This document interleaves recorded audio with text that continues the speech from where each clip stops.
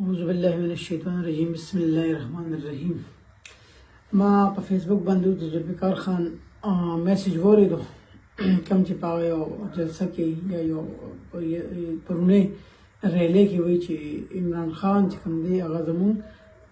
خپلو ملګرو د خپلو پاټو کسانو د وجې په جیل کې دی او دې باندې یو کمپرمایز شوی دی. لګیا یې کنه سپي ور حقیقت هم دغه تاسو ذکر چې حقیقت هم دا دی پر عمران خان د 500 کالو لپاره په کمپرمایز باندې د نکړې او زموږ خپل خلکو د نکړې دی وسره خبرې شوې دي باقاعده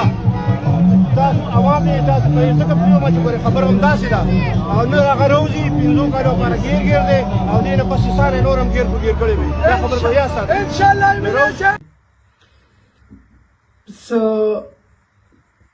داسې خبره یا داسې قسمه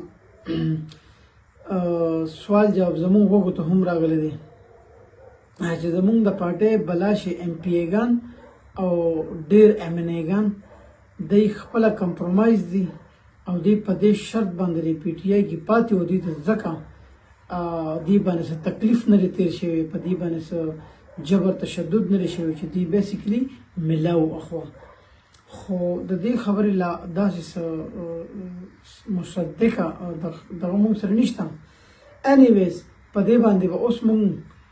انشاءالله تعالی د دې پوره تفتیش کوو که داسې وي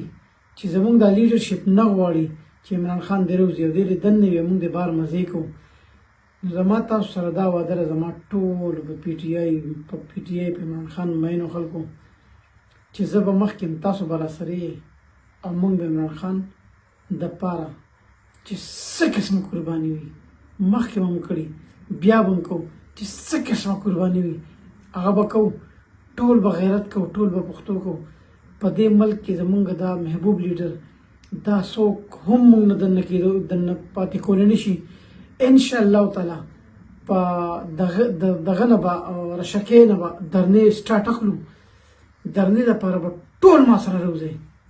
چې څومره مشران کشران نمزولي د پارټۍ مشران څومره دي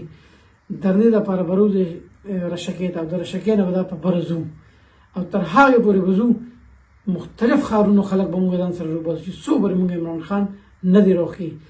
د دې خبرې به مونږ پوره تفتیش کوو او که چېرې داسې وي چې زمونږ کم چې ایم این ایګان ایم پي ایګان هغې کې ډېر کسان کمپرومایز دي نو بیا ځان تیار ساتئ. انشاءالله تعالی داسې انقلاب به راولو چې انشاءالله تعالی پاکستان تاریخ کې به خلک یاد وساتي. ډېره مننه.